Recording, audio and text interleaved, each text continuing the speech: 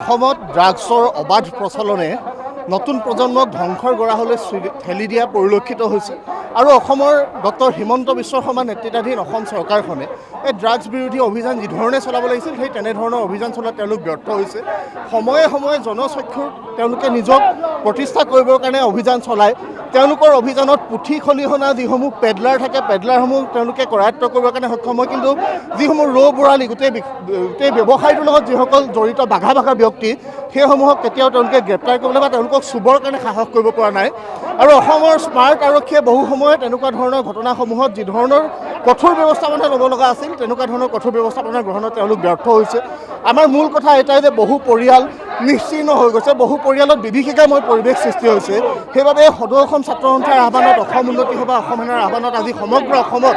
ড্ৰাগছৰ বিৰুদ্ধে এই সজাগতা সমদল ৰূপায়ণ কৰা হৈছে আৰু ইয়াৰ জৰিয়তে আমি চৰকাৰক সকীয়াই দিছোঁ যে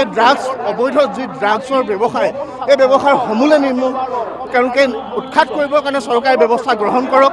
আৰু এই ড্ৰাগছৰ লগত জড়িত যিসমূহ ব্যক্তি আছে সকলোকে কঠোৰ এখন আইনৰ জৰিয়তে কঠোৰৰ পৰা কঠোৰতম শাস্তি দিয়াৰ ব্যৱস্থা কৰক। কঠোৰ এখন আইন আনিব লাগিব যিখন আইনৰ যোগেদি গোটেই এনেকুৱা ধৰণৰ অবৈধ ব্যৱসায়সমূহ আমি উৎখাত কৰিব পাৰোঁ। আৰু এই আমি য'ত শিৱসাগৰ জিলাত আমি কাৰ্যসূচী ৰূপায়ণ কৰি আছোঁ ইয়াৰো হালুৱাটিঙেদি ম্যানমাৰ হৈ ইয়ালৈ সামগ্ৰী সৰবৰাহ হয় আৰু সামগ্ৰী সৰবৰাহ হোৱা সামগ্ৰীসমূহ তেওঁলোকে কৰায়ত্ব কৰিবৰ কাৰণে চৰকাৰৰ যি ব্যৱস্থাপনা লাগে সেই ব্যৱস্থাপনা তেওঁলোকে আজিলৈকে কৰিবৰ কাৰণে সক্ষম হোৱা নাই। কোন মধ্যভোগীয়ে ইয়াত দালাল ৰাজ সৃষ্টি কৰি চৰকাৰৰ নিৰ্দেশনা কেন্দ্ৰৰ গৃহ বিভাগৰ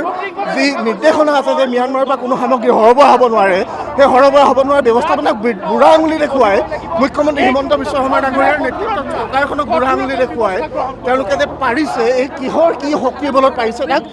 উলিয়াবৰ কাৰণে আমি চৰকাৰলৈ আমি দাবী জনাইছোঁ আৰু শীঘ্ৰে যদি এই ব্যৱস্থা শেষ তেওঁলোকে নকৰে, ড্ৰাগছৰ প্ৰচলন যদি নিৰ্মূল নকৰে, আহিব লগা দিনত অসমে যে এটা কাল অন্ধকাৰমুখী যাত্ৰা আৰম্ভ কৰিব এই কথা নিশ্চিত। কিন্তু অতি শীঘ্ৰে ড্ৰাগছৰ বিৰুদ্ধে চৰকাৰে কঠোৰৰ পৰা কঠোৰতম শক্তি তেওঁলোকে প্ৰয়োগ কৰি ব্যৱস্থা গ্ৰহণ কৰিব লাগিব আৰু যদি তেওঁলোকে এই ব্যৱস্থা গ্ৰহণ নকৰে আহিব লগা দিনত ছাত্ৰ সন্থাই ইয়াতকৈ কঠোৰ জংগী আন্দোলনৰ কাৰ্যসূচী আমি গ্ৰহণ কৰিবৰ কাৰণে বাধ্য হ'ম আৰু অসমৰ ৰাইজক সংগঠিত হৈ ড্ৰাগছৰ বিৰুদ্ধে আমি মাৰ বান্ধি ওলাই আহিবৰ কাৰণে আহ্বান জনাইছোঁ।